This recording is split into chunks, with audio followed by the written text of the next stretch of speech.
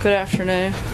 We'll let John Roberts finish his live shot. Hallie, you guys wrapped up? Good afternoon. As you all know, the Constitution states that the President shall from time to time give to the Congress information of the State of the Union and recommend their consideration such measures as he shall judge necessary and expedient. With that in mind, we're pleased to announce that the President has accepted the Speaker's invitation to deliver the State of the Union address on January 30th.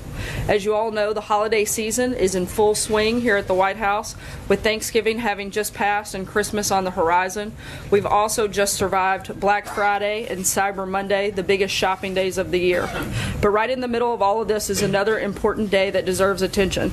Earlier this week was the 6th annual Giving Tuesday. Giving Tuesday was created in 2012 to celebrate and support philanthropy. It's a great reminder each year that we have the opportunity and the duty to give back to the people, the institutions, to the country that have given us all so much. As the Gospel of Luke says, from everyone who has been given much, much will be demanded, and from the one who has been entrusted with much, much more will be asked. Americans understand this. Year after year, the United States ranks at or near the top of the World Giving Index, which ranks countries according to how charitable their people are. In a statement earlier this week, the President encouraged people all over the country to open up their hearts and their pocketbooks to support worthy causes. This Giving Tuesday, he said, I thank those who have contributed to charitable organizations, including our houses of worship, and ask that we continue to come together to give and help others in need, especially to communities devastated by the recent natural disasters. Together, we can ensure that the blessings of this holiday season are shared around the world. The President is leading by example on this. As you're aware, he donates his full presidential salary on a quarterly basis.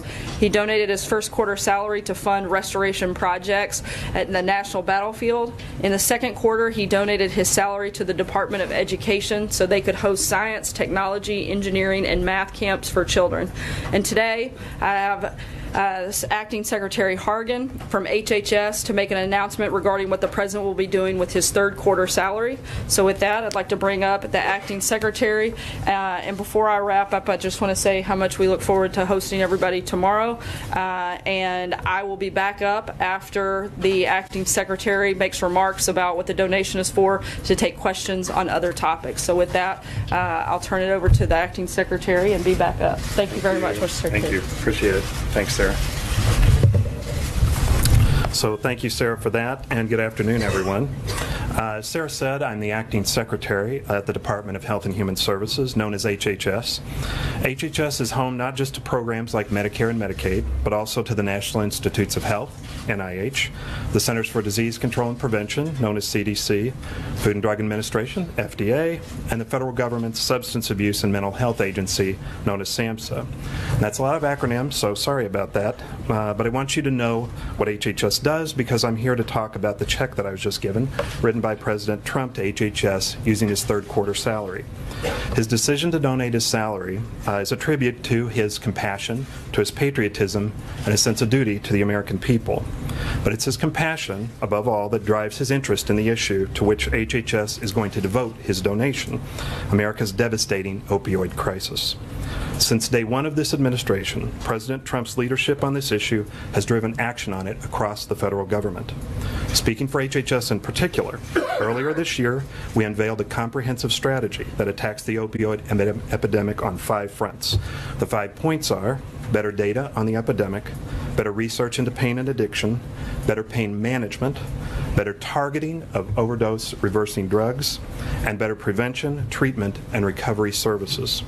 This strategy devotes HHS's unique resources and expertise to empowering heroes on the front lines of this crisis. Because after all, it's our local partners in community clinics, churches, law enforcement, schools, and state, local, and tribal governments who ultimately are going to turn the tide on this epidemic. They are fighting each day, face to face with a drug crisis that is killing more than 175 Americans every day. Now just think about that for a second. That means we'll lose 7 of our fellow Americans to drug overdoses during this press briefing alone. That kind of urgency is why President Trump delivered a speech back in October calling for HHS to declare an unprecedented nationwide public health emergency regarding the crisis. After we did so, We've continued to take aggressive action at our department, including approving state waivers to expand addiction treatment and clarifying that doctors and hospitals can share information with the patient's loved ones in dangerous situations like drug overdoses. Now, I got to meet some of the local heroes that we're working to empower just a few weeks ago when I traveled to Kentucky the day after the president's speech. We visited a clinic in Lexington that treats young mothers struggling with opioid addiction and their babies who are sometimes born physically dependent on opioids themselves. The stories we heard in Lexington hit close to home for me personally because I'm from a small town in southern Illinois, the kind of rural community that's been hit hard by this epidemic. It's also the kind of community that President Trump has spent a lot of time in over the past couple of years, where he's heard about how Americans are suffering. Part of the way we aim to stop this crisis is by raising awareness of how devastating and deadly drug addiction can be. That's why we're so pleased that President Trump has chosen to donate his salary this quarter to the planning and design of a large-scale public awareness campaign about the dangers of opioid addiction. And HHS is proud to be working with the White House on this effort. And our team of public health experts brings a great deal of experience and expertise to the table regarding how to make these campaigns effective. At HHS, our goal is to create healthier lives, stronger communities, and a safer country. And we're glad to have a president who recognizes that the opioid crisis is a huge threat to all three of these goals. The president is personally dedicated to defeating this crisis because addiction hits home for so many of us. You heard him share the story in his opioid speech about how he lost his own brother to alcoholism. And speaking personally, opioid addiction has been a presence in my hometown and my family for years. It was years ago, in fact, that I lost a close relative who constantly struggled with opioids. So this Christmas and holiday season, all of us should consider following the president's example and think about what we can do in our own private lives to help fight back against a crisis that's tearing American families apart. We all know people who are hurting this holiday season, and I know that we as Americans will rise to their aid. So thanks again for having me here today, and thanks once again to President Trump for his generous donation. Thank you, sir. Thank you. Thank you. Appreciate it. Thank you. Thank you, Acting Secretary Hargan. Appreciate you being here today on behalf of the department. You got a cold there, sir? I actually have strep throat, so if you guys will bear with me a little bit, I may sneak a sip of water here. Thank you for your concern. And I may not stay as long as normal, but I'm going to do the best I can. And Steve, we'll start with you on questions. Thank you. With all these reports about Secretary Tillerson today, could you talk a little bit about the relationship between the President and the Secretary? Does the President have confidence in him? And does the President agree with most of all of the positions that the Secretary has taken regarding North Korea, the Gulf crisis, etc.? Look, as we've said many times before, as many of you love to write these type of stories, when the president loses confidence in someone, they will no longer serve in the capacity that they're in. The president was here today with the Secretary of State. They engaged in a foreign leader visit and are continuing to work together to close out what we've seen to be an incredible year. Cecilia? Can we deduce from that that the president has confidence in the Secretary of State? I think I addressed that pretty clearly just now. Is that a yes? As I just said, and as we've said many times before, when it comes to questions like this of senior staff and cabinet secretaries, when the president loses confidence in somebody, they'll no longer be here. As the president said on the record, and several of you were in the room in the Oval today, the Secretary of State is here, and we're working hard to get big things accomplished and close out what's already been a very strong and positive year. What's Matthew? his future in the administration? I'm sorry? What's his future in the administration? I think his future right now is to continue working hard as the Secretary of State, continue working with the President to carry out his agenda. Matthew? Thanks, sir. A question on taxes. The Joint Committee on Taxation says that by 2027, people making between $40,000 and $50,000 a year will pay a combined $5.3 billion more in taxes under the current bill, while those earning $1 million or more will pay $5.8 billion less. And coupled with that, the University of Chicago surveyed 38 economists. Only one said that the bill would lead to substantial economic growth, and all 38 said that the cut will increase the debt. Is it the White House position that these analyses are wrong? I can't speak to that specific report because I haven't had a chance to look at it and talk to the economic team here. What I can tell you is what I've said every single day that we've been part of this process. The President laid out his priorities. We feel like the plans as of right now from the House and Senate meet those priorities of cutting taxes for the middle class, simplifying the tax code, bringing business back home. Those have been the big focus of the administration. Those are going to be the things we continue to fight for as we go through this tax policy. You know, Steve? The JCT, nonpartisan, their analysis seems to say middle class taxes would actually go up in a lot of cases. There are several studies that say the opposite. Does the Treasury have data that would contradict that? Yeah, and there have been several studies that say that this is a good thing for the middle class. I saw one just yesterday. We'll send it to you after the briefing concludes. But again, we're going to continue fighting for this and making sure that the middle class does receive tax cuts that they deserve and frankly that they need.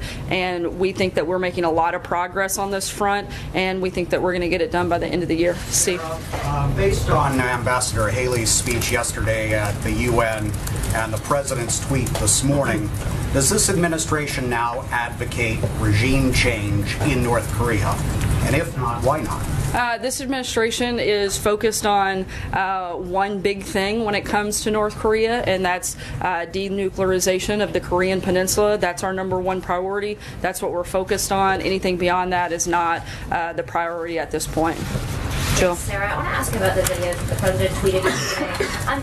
Virtually, does the President feel that he has an obligation to ensure that the information that he shares on his Twitter feed to millions of people is accurate? I think the President feels that bringing up important issues of our time, like extreme violence and terrorism, are important to do. That was what he was doing in that process, and I think he's going to continue to do that in a number of venues, whether it's through speeches, whether it's through Twitter or other social media platforms. Does he understand, though, that sharing those videos might incite violence against Muslims, and does he understand that he's elevated a fringe political group that many people outside of Britain didn't even know about until... Look, I think what he's done is elevate the conversation to talk about a real issue and a real threat, and that's extreme violence and extreme terrorism, something that we know to be very real and something the President feels strongly about talking about and bringing up and making sure is an issue every single day, that we're looking at the best ways to protect Americans. John?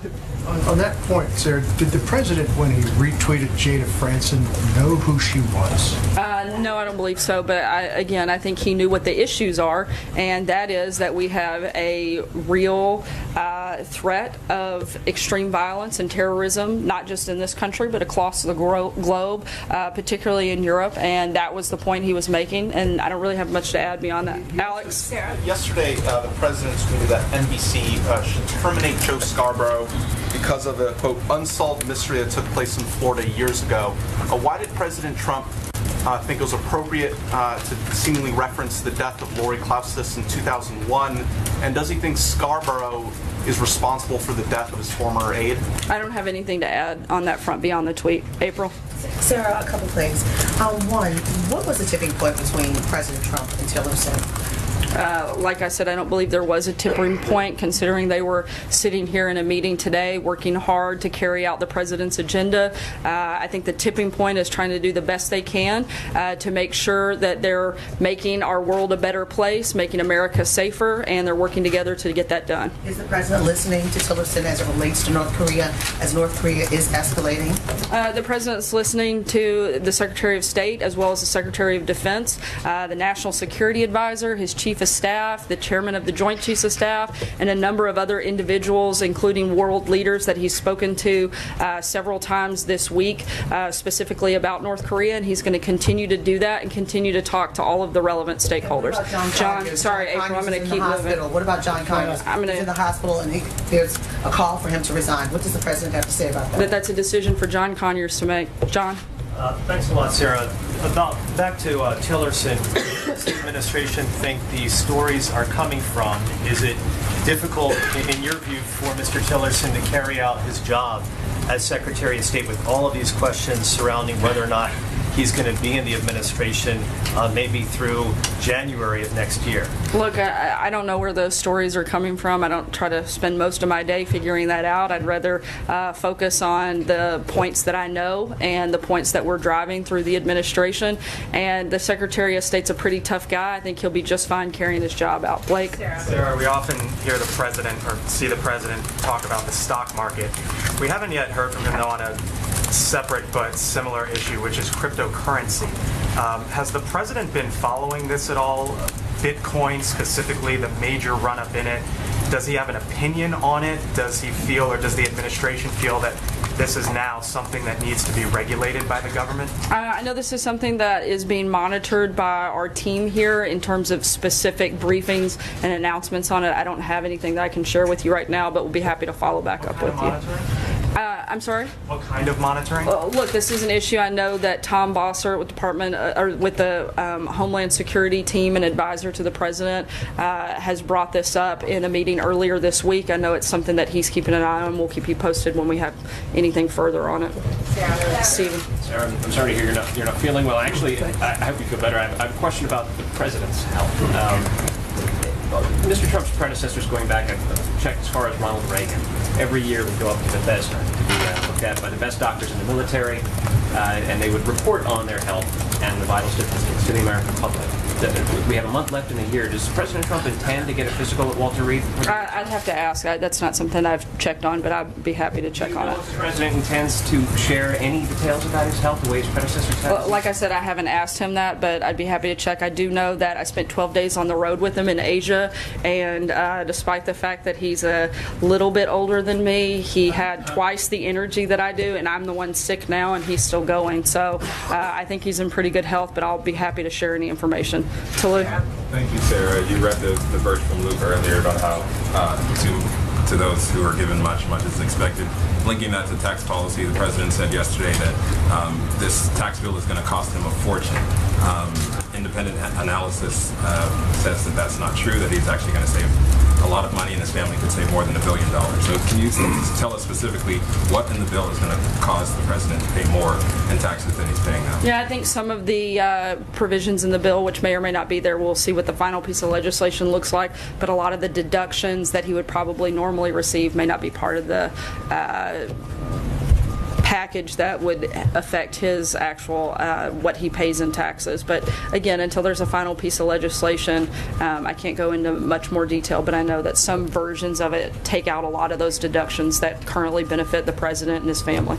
Take one last question here. The president spoke pretty definitively. Response to the stiff I'm sorry, I'm going to go right here. The president was pretty definitive yesterday when he said he would pay more, that his wealthy friends would pay more. So what was he referring to? Well, like I just said, I believe his reference was to a lot of the deductions that may no longer exist that are in the current policy right now. Again, we'll have to see what the final piece of legislation looks like. Our focus as an administration has been to focus on middle-class tax cuts. That's why I think the president doesn't care whether or not he gets a tax cut or not, but his focus is on making sure that the middle class and middle-class families get those tax cuts, that we simplify the process, and that we bring companies back home so that they can invest here. Margaret, I'll take one more question. Sorry. You repeatedly said that Tillerson will help to close out a successful year. Are you saying that he will close out the year? Will he serve beyond that? And when you're talking about elevating the conversation here, does the president normally watch these kind of anti-Muslim videos that have been posted by this group? I mean, is that... I'm not sure every single video the president has viewed.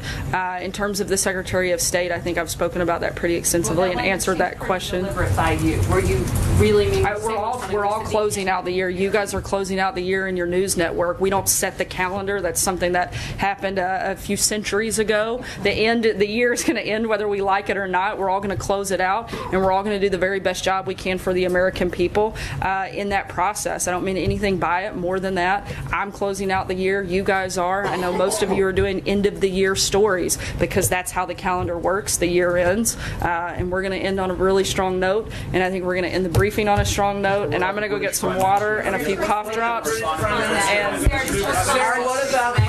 our team will be around the rest of the afternoon to answer any other questions you guys have. We look forward to seeing you tomorrow. Let those videos before he posts them.